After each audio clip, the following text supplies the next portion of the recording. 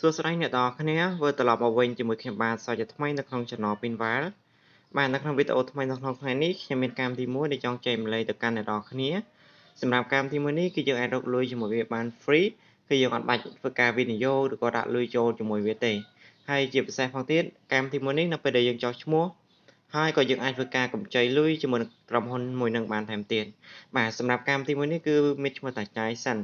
ដែលកម្មវិធីចាយសិននេះគឺខ្ញុំបានធ្វើវីដេអូបង្ហាញដល់អ្នកក៏ច្រើនណាស់ដែរហើយអំពីការរកលុយជាមួយកម្មវិធីមួយហ្នឹងប៉ុន្តែកម្មវិធីមួយនេះគឺនៅតែអាចរកលុយបានរហូតមកដល់ឥឡូវបាទហើយក៏ខ្ញុំក៏បានដកលុយបានច្រើនដែរជាមួយនឹងកម្មវិធីមួយហ្នឹងបាទសម្រាប់អ្នកដែលចង់លេងជាមួយកម្មវិធីមួយហ្នឹងគឺអ្នកអាចចូលមកក្នុង channel របស់ខ្ញុំមកឬក៏អ្នកអាចចុច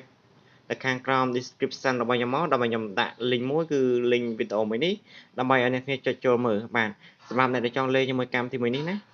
ហើយក៏ខ្ញុំនឹងបង្ហាញអ្នកនៅក្នុងកម្មវិធីនឹងថែមទៀតផងដែរអូខេសម្រាប់អ្នកដែលអត់ទាន់បានចុច subscribe នៅ channel របស់ខ្ញុំគឺសូមអ្នកជួយចុច subscribe នៅ channel របស់ខ្ញុំអ្នកមួយមកដើម្បីនឹងទទួលបានវីដេអូថ្មីៗអំពីការរកលុយតាមអនឡាញ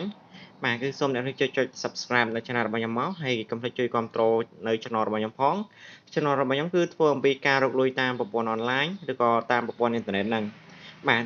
អូខេឥឡូវខ្ញុំសូមបង្ហាញអ្នកនរគ្នានៅក្នុងតម្រងរបស់កម្មវិធីនឹងតម្រងដែលកម្មវិធីមួយនេះគឺមានឈ្មោះថាចាយសិនបាទគឺយើងចុចចូលនៅក្នុងកម្មវិធីចាយសិននេះមកអូខេឥឡូវខ្ញុំសូមធ្វើការវាយលេខកូដចូលសិនបាទសូមទោសអ្នកគ្នាសម្រាប់សំឡេងរំខានខ្ញុំសូមបិទអីសិនអូខេនេះអ្នកនរគ្នាមើលនៅកន្លែងនេះខ្ញុំនឹងបង្ហាញអ្នកគ្នានៅចំនួនលុយដែលខ្ញុំបានរកបានជាមួយនឹងកម្មវិធីចាយសិនសម្រាប់កម្មវិធីមួយនេះគឺខ្ញុំរកបានចំនួន$9បន្ថែមទៀតហើយនេះគឺជាចំនួនលុយដែលខ្ញុំរកបានជាមួយវាសម្រាប់ខែនេះគឺខ្ញុំអត់ទាន់មានលុយគ្រប់ដើម្បីនឹងដកជាមួយវាទេ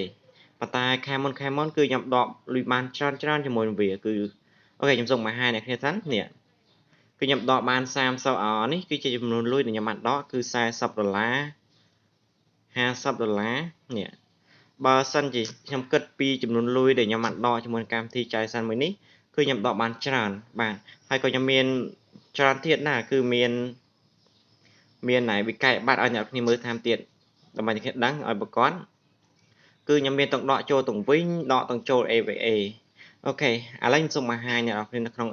វិញដែលខ្ញុំបានដកលុយសិនបាទអូខេខ្ញុំសូមចុចចូលកន្លែងនេះទៅមកគឺខ្ញុំសូមរកសិនបាទសូមទោសអ្នកគ្នាគឺខ្ញុំអត់បានដកចូលនៅក្នុងវិញទេគឺខ្ញុំមានតែដកចូលនៅក្នុង AVA បាទអូខេខ្ញុំសូមបង្ហាញអ្នកគ្នានៅចំនួនលុយដែលខ្ញុំបានដក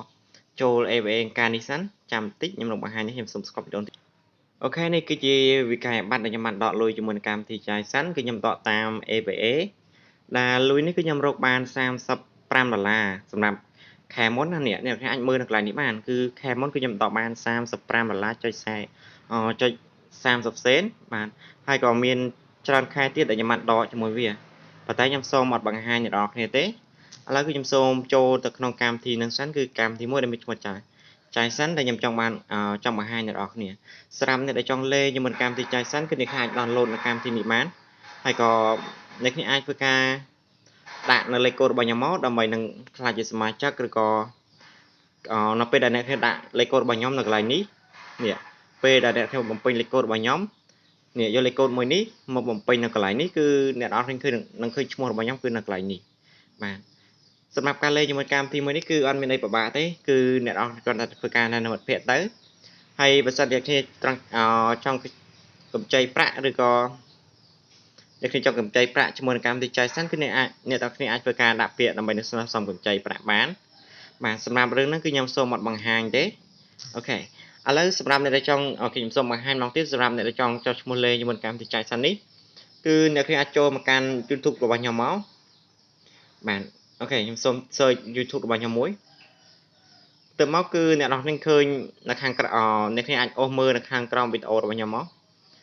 អូមករហូតមកគឺអ្នកនរគ្នាឃើញហើយនេះគឺខ្ញុំមានវីដេអូច្រើនអំពីការរកលុយជាមួយកម្មវិធីចាយសិនទីគឺជាកម្មប្រវត្តិនៃការដករបស់ខ្ញុំគឺខ្ញុំការមុនគឺខ្ញុំធ្វើវីដេអូម្ដងហើយអំពីការរកលុយជាមួយកម្មវិធីចាយសិនគឺខ្ញុំបានដកបាន$56ហើយក៏មានវីដេអូច្រើនទៀតនេះមកនេះក៏ជាវីដេអូដែលរកលុយពីកម្មវិធីចាយសិនដែរគឺអ្នកអាចចូលមើលបានហើយសម្រាប់ អ្នកដែលចង់